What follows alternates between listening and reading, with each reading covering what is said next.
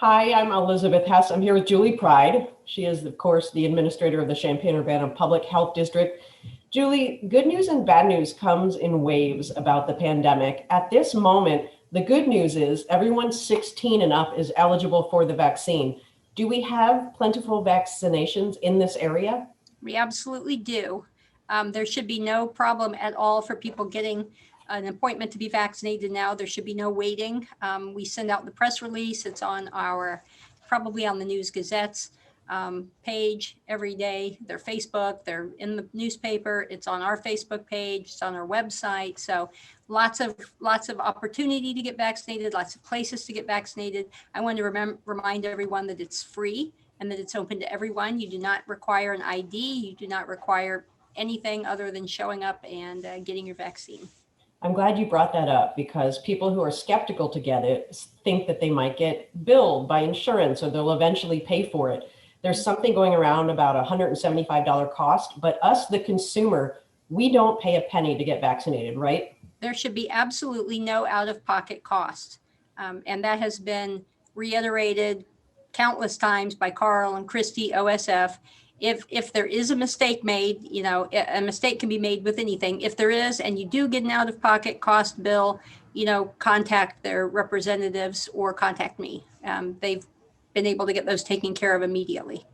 About signing up for the vaccination, I just have to tell you, right before you and I started recording, I logged on to walmart.com and got an appointment just to see how the process is. If somebody's not computer savvy, if I can do it, you can do it. And it was very easy. And you select a time, it sends a follow-up email. So it was really, really user-friendly. All of the sites seem to be that way. Am I correct?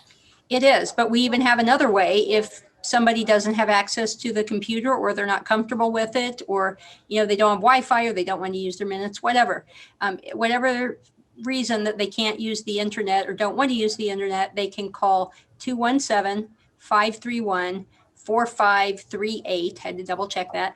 And our people here, our appointment schedulers, will help you, and they can even help you with other locations. So there are plenty of places to get them. Please do not hesitate and don't put it off. There have been, as of this weekend, there have been over 1 billion vaccinations provided in the world. This is a very safe and very effective vaccine. So, please get it as soon as possible because we are still having deaths. We're up to 144 deaths in Champaign County now. Over the weekend, the FDA unpaused the use of the Johnson & Johnson vaccine. They have deemed it safe now. I know that there was a lot of discussion about blood clots. Have we had an influx of that kind of vaccine into our community? We haven't yet, but they're going to be releasing like 9 million doses. So we absolutely will get it. And it will, it's a great option for a lot of people, people who, for whatever reason, don't want to get 2 vaccines, or people who are, travel a lot and don't have an opportunity they are afraid they'll miss their second appointment. There's all kinds of reasons why somebody would be interested in that. But in our community, we're going to have all 3 of the FDA approved vaccines. And it really should make people comfortable knowing that the monitoring that's done on these new vaccines is so effective that it was able to catch something that had such a tiny, less than 1 in a million event associated with it. And they still have not proven causation, but there was, correlation. So they paused everything and they took a really good look at it to make sure, make sure everything was safe. And just as expected, then they resumed it again. I'm glad you bring up the second vaccination because as stories get out there that people are fine with the first one and then the second one, they get kind of shellacked, for lack of a better word, with flu-like symptoms. And so some people are skipping the second vaccination. Tell us why that's a terrible idea. Well, that's not a good idea because the vaccine requires 2 doses to be effective, and it is, highly effective at preventing hospitalizations and death. Even, the data is even looking good that it is preventing transmission as well. So it is important that people take that dose. And what you need to know is that, you're going to have that. Some people, not all, there are a lot of people that I have talked to that had 0, response on the second one. I had the response, I was basically felt like I was getting the flu for about 18 hours and then I was fine. When you have that with COVID, when you are sick with COVID, not only are you sick for a much longer time usually, but you're also, risking permanent damage, you're risking hospitalization, and you're risking death. And it is absolutely not worth it. You need to get the vaccine as soon as possible. This is the part of the conversation that's going to make you uncomfortable because you never like talking about yourself and you always deflect all of the credit to your staff and the community. But for a second, For good reason. I know that, but you are the leader, so we're going to credit you for a lot of this. Tell us about how you were tapped by the White House to talk about how this community is doing in the fight against the pandemic. Yeah, so how that came about was I'm a member of National Association of City or County and City Health Officials, also known as NACHO. And all the administrators around the country, we can get on there and ask a question like, how are you doing this? Or what have you done with this? And, we kind of problem solve with each other. And there was a question on there, has anyone had any success working with the faith-based community? So I just got on there and typed in, gave examples of some of the stuff that we've been doing. Because as you know, we've been working with the faith-based community since, for over a year now. And they have been wonderful. And so I put down some examples of what we did, like I do with all kinds of other things that we do. And then a couple of weeks later, I got a call from the president of NACHO.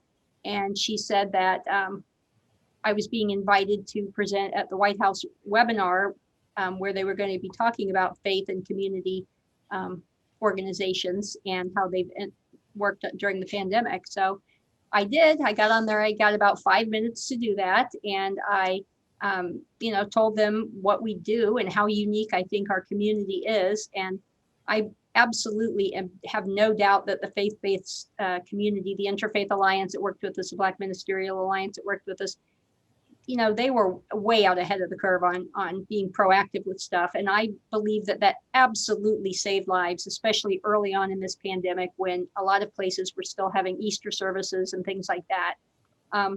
So I talked about that. I talked about the Jetty Roads, what they're doing, because that's amazing. The Jetty Roads group, they are, putting together amazing grassroots vaccination campaigns and vaccination efforts. And that's the kind of stuff, that they've been so successful that we're just seeing more and more of that, other places wanting to do it. So, we have a lot of leaders in this community. So I was happy to be able to showcase, some of the amazing things that they've done. Okay, well, then I'll just credit you for being the head coach of this whole endeavor. One of the big reasons that Champaign-Urbana and the surrounding community is combating the pandemic is because people are getting the vaccine. How are we with our numbers on that? And conversely, how are we with our numbers on hospitalizations and infections? All right, well, let's see where we are as of this afternoon. We're at 420 active cases in isolation, 551 in quarantine. Right now, we have 14 hospitalized from Champaign County. We've had, unfortunately, 144 deaths, and you may have noticed that is increasing again, and some of the deaths are in younger individuals than they were in the past. Right now, we have a 4% positivity rate. I would definitely like to see that go lower.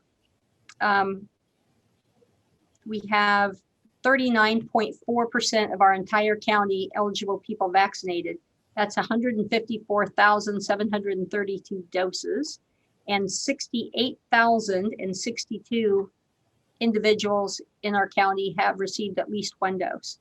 So, we're moving along. 80.48% of our seniors 65 and older have been vaccinated. And while that's good, and I'm, happy that we're moving in that direction, we need to get it up much higher and much closer to 100%, because they are still very, very much at risk, and possibly even more so. Just because vaccination is available, that doesn't mean that they're going to be around people who are vaccinated. So they need to be vaccinated, and they need to be around people who are vaccinated for the most protection. So let's say that grandparents have not gotten the vaccine, they miss their grandkids.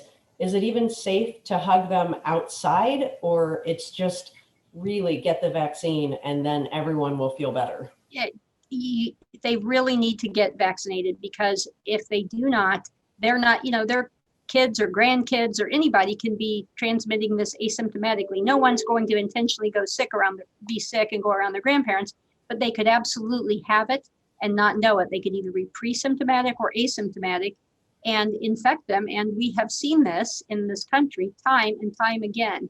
And now that the vaccine's available, you can look at the curves of the data and see that as the increase in vaccinations of 65 and older went up, the deaths and hospitalizations drastically decreased. Now what we're seeing is a lot of younger people who are unvaccinated. And we are unfortunately still seeing people who are not vaccinated and are over 65. So we've really got to get on this. The faster we get people vaccinated, the better it's going to be, and the less likely we're going to have any hospitalization issues or any more deaths from this. It's always been painful when we've had deaths from COVID, but at the beginning, there wasn't a lot you could do. Since we've had widespread vaccination, even though some people were infected already before, it just feels every single one is so extra tragic to me, because it is so preventable and we have access to the vaccine. And, within a couple of weeks, people could be able to do things safer. And it's just everyone now, hospitalization and death, it feels like a failure. So, it's just, our community has got to pull together and realize that the fastest way to get back to doing things, events and things in our community, is to get people vaccinated so that they'll be safe. And the number one fallacy I'm hearing out there right now is that adults say, well, we're vaccinated, we're fine, so we can bring our kids places. And kids are increasing in hospitalizations all over the country as well, aren't they? Yeah, we are seeing a lot more hospitalizations nationwide in children.